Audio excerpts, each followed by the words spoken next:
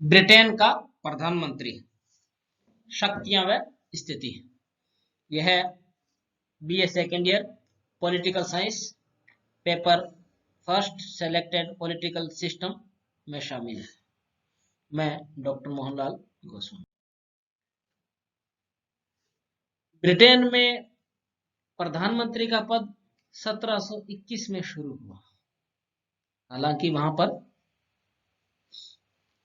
Parliament पहले ही शुरू हो गई थी। 1721 में जब रॉबर्ट वालपोल प्रथम प्रधानमंत्री बने। ब्रिटेन में प्रथम प्रधानमंत्री का नाम रॉबर्ट वालपोल, पहले सम्राट की सारी व्यवस्था देखता था। इस पद का सर्वप्रथम उल्लेख 1878 में हुआ, जब लॉर्ड विकन्सफील्ड ने बर्लिन संधि पर हस्ताक्षर करते हुए अपने आप को राजकीय कोष का प्रथम लॉर्ड व इंग्लैंड का प्रधानमंत्री कहा। इसको 1937 के राजमुकुट के मंत्रियों से संबंधित कानून में पद के अस्तित्व को स्वीकार किया गया। आज भी वहां प्रधानमंत्री के नाते वेतन न पाकर राजकोष के प्रथम लॉर्ड के रूप में वेतन पाता है। वर्तमान में 2020 में प्रधानमंत्री बोरिस जॉनसन है, कंजर्वेटिव पार्टी के। वहां प्रमुख वैसे दो दल है, दूसरी लेबर पार्टी है, और वहां पर सम्राट क्राउन किंग कह सकते हैं, महारानी है एलिजाबेथ। प्रधानमंत्री लोक सदन में बहुमत दल का नेता होता है तथा निर्वाचन के पश्चात लोक सदन में बहुमत दल के नेता को प्रधानमंत्री बनने का निमंत्रण सम्राट देता है। उसके लिए हाउस ऑफ कॉमन्स का सदस्य होना अनिवार्य है। यह वहां पर परंपरा ही है कि कॉमन सभा से ही प्रधानमंत्री होता है। भारत में कई बार इस परंपरा का पालन किया जाता है, परंतु लोकसभा के साथ साथ राज्यसभा का मेंबर भी भारत में प्रधानमंत्री बन सकता है।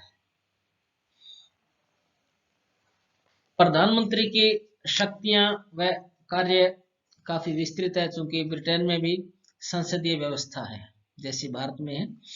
तो वहां कार्यपालिका को दो भागों में बांटा गया है, नाम मात्र की और वास्तविक। नाम मात्र के लिए सम्राट प्रमुख है और वास्तविक शक्तियां प्रधानमंत्री के नेतृत्व में मंत्रिमंडल द्वारा प्रयोग की जाती है, और मंत्रिमंडल का नेतृत्व प्रधानमंत्री द्वारा किया जाता है। भारत में भी लगभग ऐसी ही व्यवस्था है, और भारत की व्यवस्था भी ब्रिटेन से ही प्रभावित है। इसमें हम देख सकते हैं कि प्रधानमंत्री की जो शक्तियां हैं, यानी ये सारे काम प्रधानमंत्री करता है, परंतु वास्तव में ये सम्राट के माने जाते हैं। वास्तविक जो कार्यपालिका प्रधानमंत्री है, जैसे संसदीय व्यवस्था में होती है। एक नंबर, मंत्रिमंडल का निर्माण। संविधान के अनुसार मंत्रिमंडल के सदस्यों की नियुक्ति प्रधानमंत्री के परामर्श से सम्राट द्वारा की जाती है, परंतु वास्तव में मंत्रिमंडल की जो भी सूची सम्राट को दे दी जाती है वही स्वीकृत हो जाती है। इस संबंध में लास्की ने कहा है, प्रधानमंत्री वह केंद्र है जिस पर मंत्रिमंडल का जीवन व अंत निर्भर करता है। दूसरा, मंत्रिमंडल का संचालन।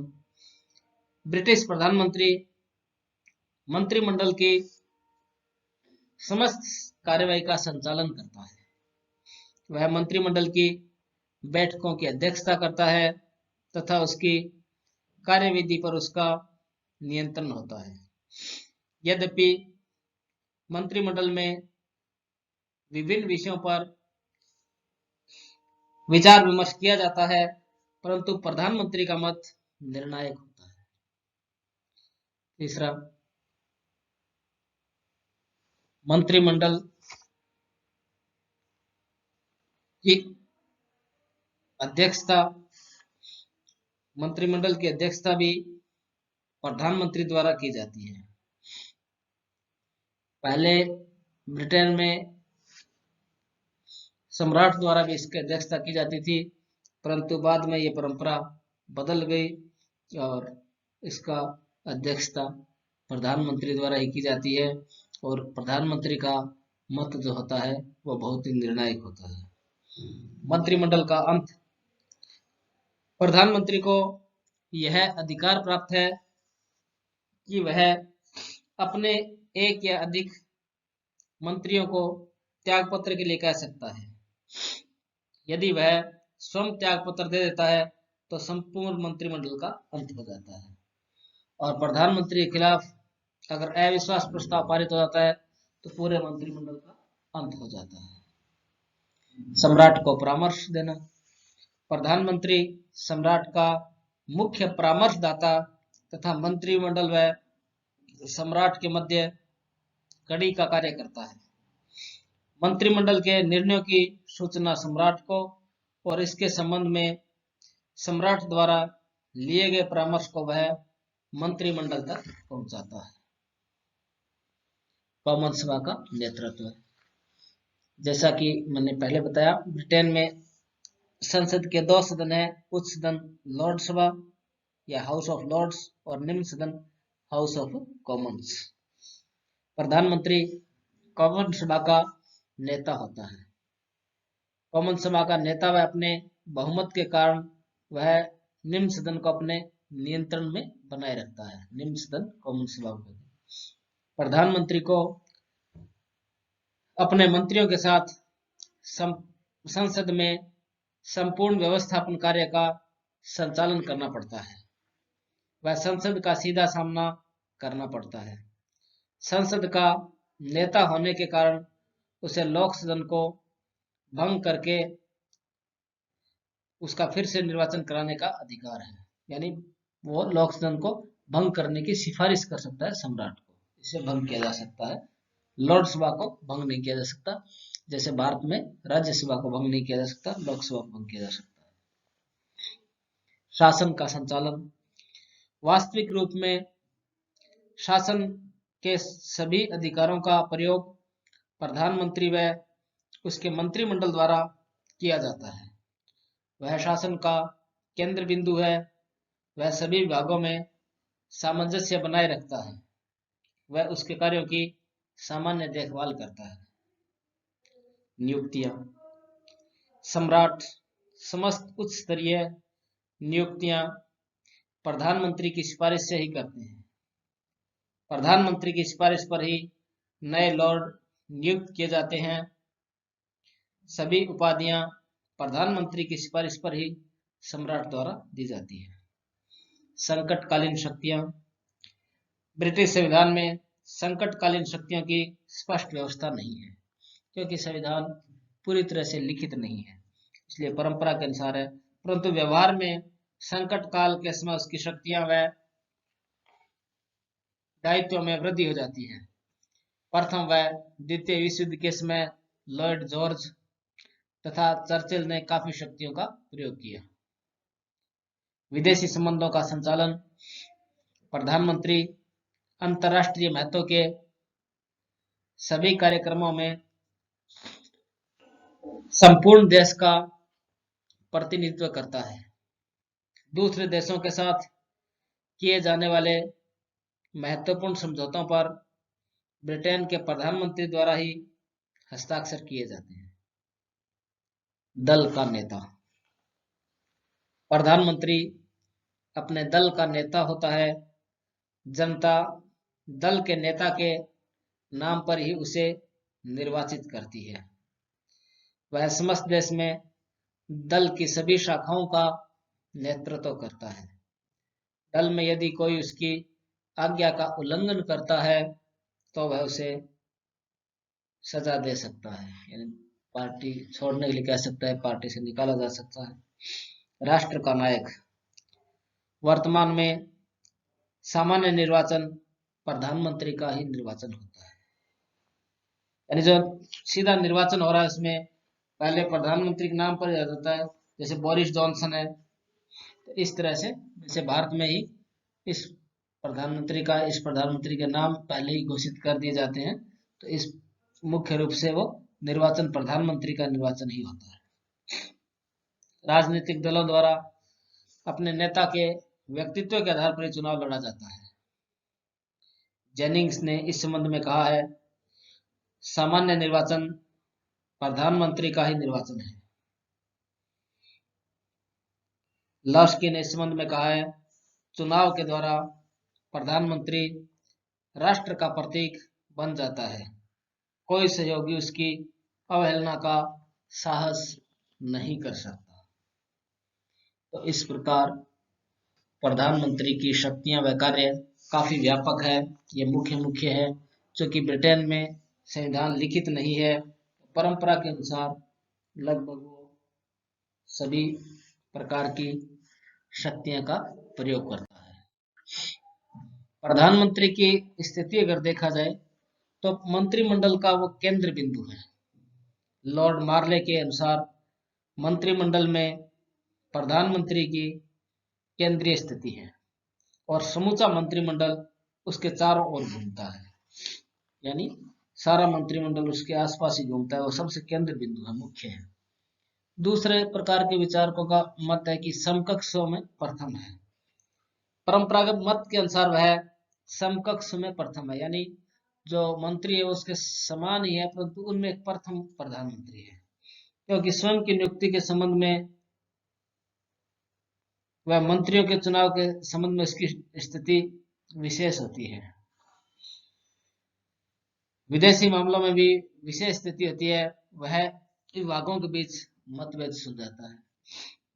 फिर अन्य विचारकों का मत है कि समकक्षों में प्रथम से अधिक है उसकी उच्च स्थिति। यह वर्तमान दृष्टिकोण है। वैसे रैमजे मेयर ने कहा है, प्रधानमंत्री को समकक्षों में प्रथम कहना भ्रमपूर्ण है। प्रधानमंत्री मंत्रिमंडल का अधिपति होता है, उसे जीवन देता है, वह संहार करता है, बहुमत दल का नेतृत्व करता है और लोक सदन का नेतृत्व करता है। रैमजे मेयर ने यह भी कहा है, प्रधानमंत्री जहाज रूपी यंत्र प्रधानमंत्री जहाज का यंत्र है और प्रधानमंत्री उसका चालक है।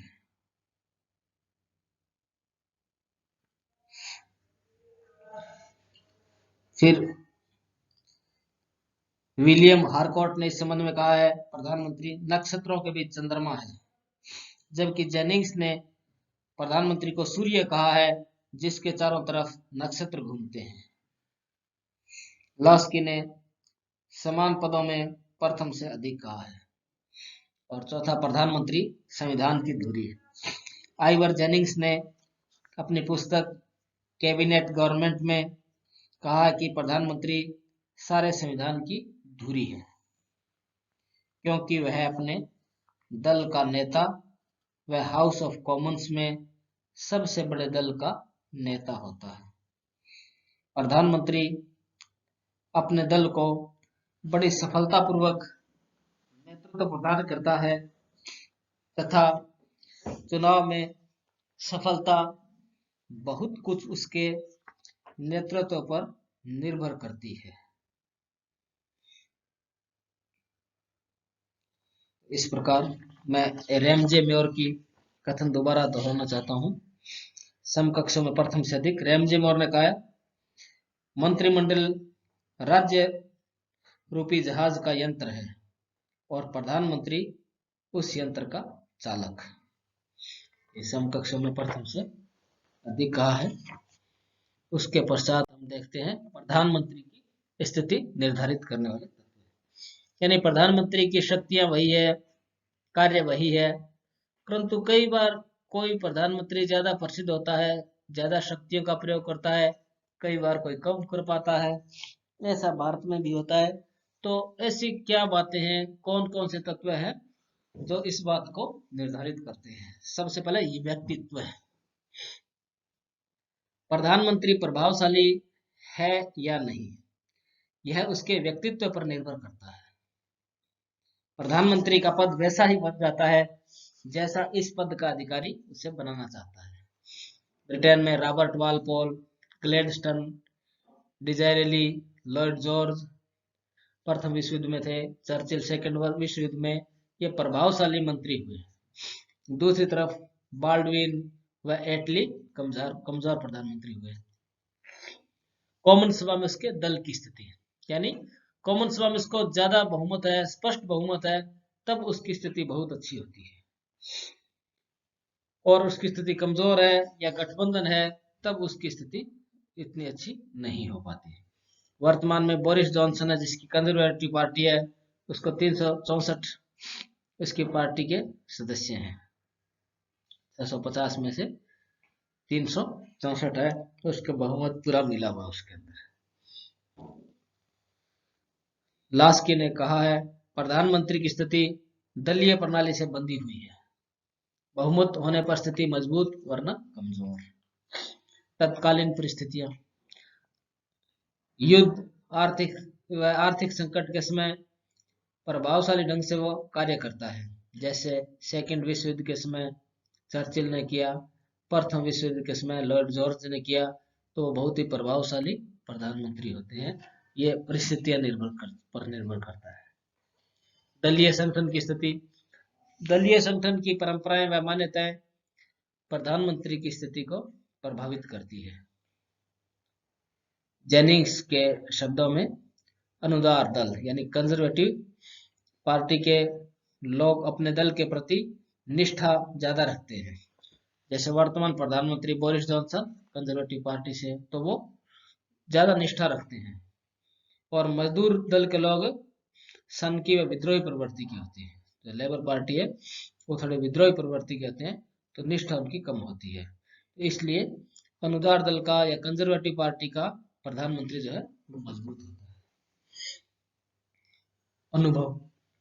अनुभवी निर्धारित है, ज्यादा अनुभवी होगा, ज्यादा नॉलेज होगा, अच्छी शिक्षा होगी, तो पद महत्वपूर्ण होगा, ज्यादा शक्तियां प्रयोग करेगा।